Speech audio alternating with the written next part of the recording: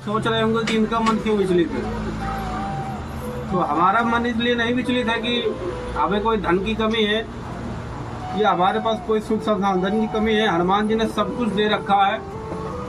बस दुखी मन इस बात से है कि मेरे लाख मना करने के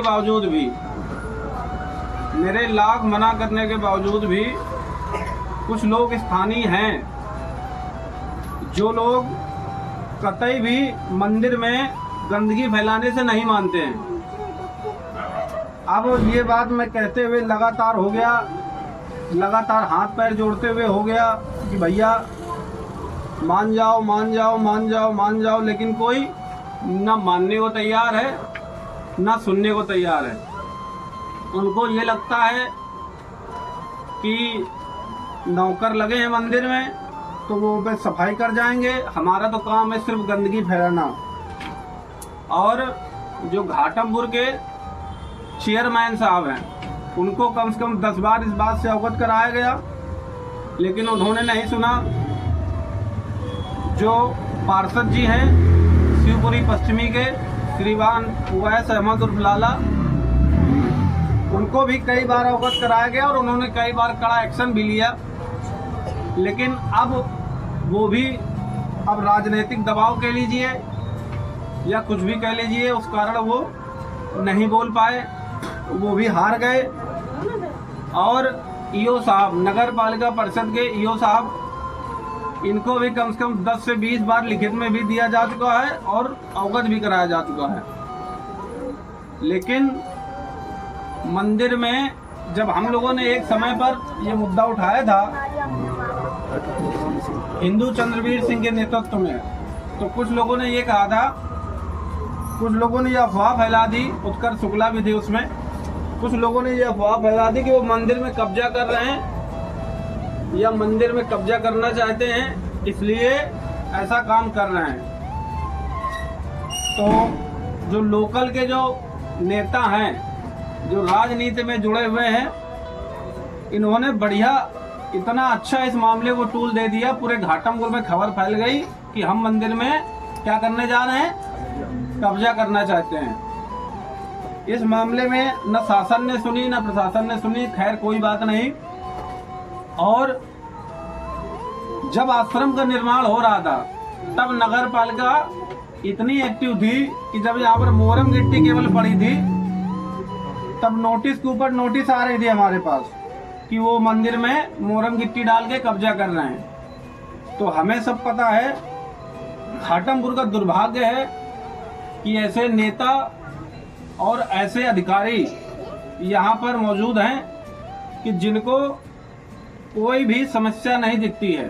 खैर कोई बात नहीं, आज श्री हनुमान जी के चरणों में मेरा बस यही निवेदन है दुखी मन से कि जो अपनी रोटी सेकने के लिए, अपनी राजनीति चमकाने के लिए केवल दूर से दिखावा करते हैं, ना ही उनको मंदिर से मतलब है, ना ही उनको मंदिर की व्यवस्थाओं से मतलब है। खैर व्यवस्था तो बहुत दूर की बात है, मेरे लाख मना करने पर भी अब आप लोग ये सोच रहे होंगे कि ऐसा नहीं है कि हम कुछ करना नहीं जानते हैं। देखिए, हमें कहीं एप्लीकेशन देने की ज़रूरत नहीं है, क्योंकि मैं श्री हनुमान जी महाराज को ही सब कुछ मानता हूँ। इनसे बड़ा ना मैं किसी को मानता हूँ ना कोई है। और एक बार अगर ये रूठ गए तो हनुमान जी के जैसा हठीला देव और हनुमान जी की जैसी हठीली शक्ति मैंने देखी नहीं अपने इस अध्यात्म जीवन में। तो मैं बार बार इसलिए कहता हूँ कि भैया मान जाओ। नहीं, जीवन में जिससे हनुमान जी महाराज का पाला पड़ गया तो जिससे पड़ा है वही जानता होगा। 2 शक्तियां सबसे सनातन धर्म में सबसे उग्र होती हैं। 3 शक्तियां, एक काल भैरव जो वीरभद्र के अवतार हैं, एक ब्रह्मदेव और तीसरे श्री हनुमान जी महाराज। एक हमारे दरबार में केस आता है, उनके घर में 4 नॉन स्टॉप मौतें हो गई। उनकी गलती सिर्फ इतनी छोटी सी थी कि उन्होंने अपने जानवर पीपल के वृक्ष के नीचे बांधे। उनको लोगों ने मना किया, लेकिन उनको लगा ये अपने मारे कहीं रहे, सबसे बड़ी होशियारी तो आज के ज़माने में ये है लोगों को ये लगता है ये अपने मारे कही रहे हैं।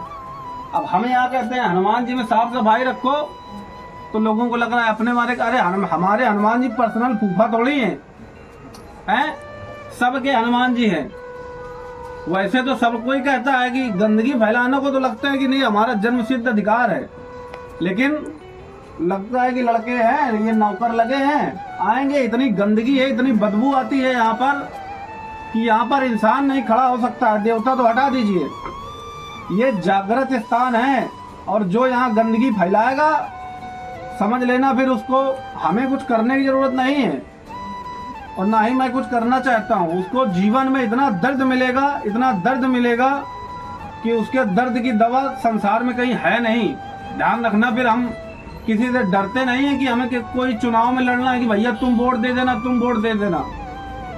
ज्यादा में ज्यादा क्या करोगे, मेरी बुराई करोगे चारों जगह की। वो लूटते हैं, वो ठगते हैं, हाँ जो कुछ जिसको जो बोलना हो बोलते रहो, मुझे कतई फर्क नहीं पड़ता, ठीक है। ना ही मैं किसी को पीले चावल देता हूँ कि तुम हमारे दरबार में आओ।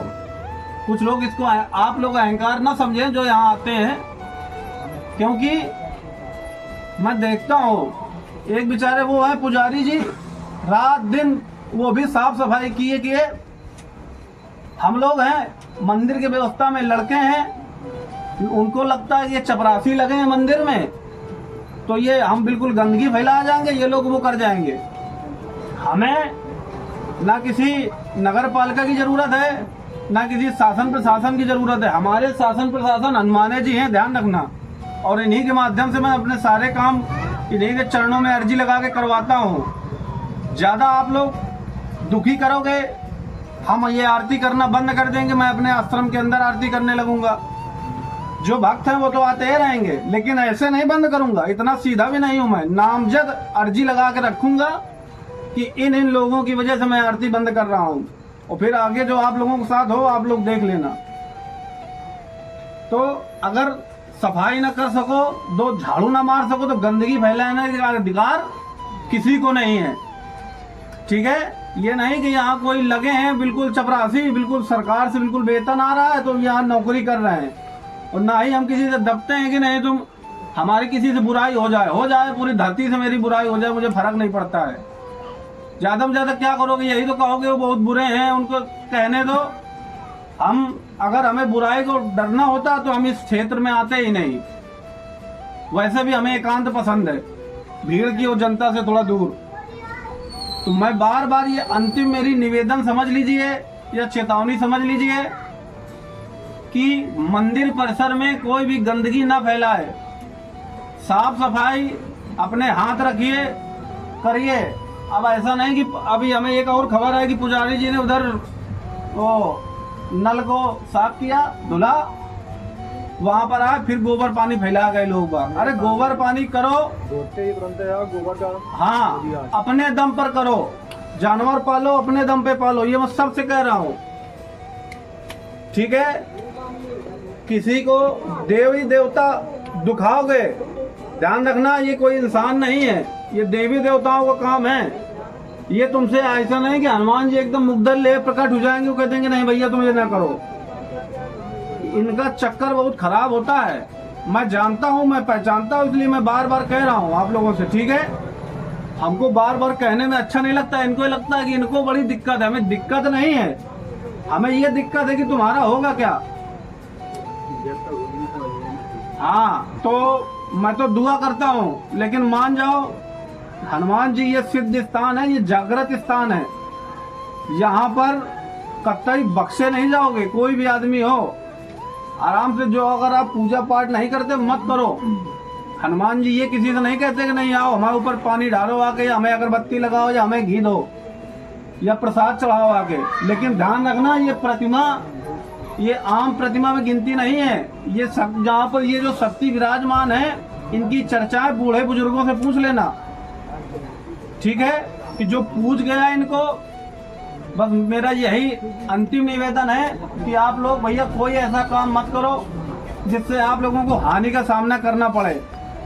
फिर कल को कहीं पूछोगे जाके तो फिर वहाँ मतलब बताया जाएगा कि वो हनुमान जी से दिक्कत हो रही, तो कल को फिर हमारे ऊपर तुम्हारी उंगली आएगी कि वो लग रहा है वही कर रहे हैं। ठीक है। तो मैं गुरुजी ने इतना पावर दे रखा है कि हमें कहीं हाथ जोड़ के अर्जी लगाने की आवश्यकता नहीं है कि नहीं भैया हमारी नगर पालिका सुन लो कि हमारे तहसील दिवस में हम एप्लीकेशन दे। हम एप्लीकेशन अपनी हनुमान जी में देते हैं सीधे, ठीक है। हाँ, तो मन दुखी था। हमारी आदत नहीं है कि मैं अपने मन में घुन्नाहट रखूं या कुछ रखूं। आप लोग भगवान के लिए साफ सफाई का विशेष ध्यान रखें। अगर गंदगी करनी है तो अपने घर में करो, मंदिर में नहीं। हमारा ये कोई व्यक्तिगत मंदिर नहीं है, मैंने कितनी बार कहा है आपसे, लेकिन आप लोग समझते नहीं इस चीज को, ठीक है। चलिए कोई बात नहीं, थोड़ा मन दुखी था, मन विचलित था इसलिए। और हाँ, जिन्होंने रक्षाबंधन में श्री हनुमान जी महाराज को राखी बांधी है, ठीक है, वो लोग आश्रम में आकर के मंगलवार या शनिवार को हमसे थोड़ा मुलाकात कर लें। उनको मैं एक मंत्र बताऊंगा, ठीक है। कभी भी संकट में हो, कभी भी दिक्कत में हो, तो आप उस मंत्र का 3 बार आवाहन करेंगे तो श्री हनुमान जी महाराज या उनके कोई भी दूत या उनका कोई भी वीर आपकी मदद के लिए सहायक हो जाएगा, जो कि दिखेगा नहीं आपको, लेकिन आपको संकट आपका कट जाएगा, ठीक है। एक बार बोलिए श्री हनुमान जी महाराज की।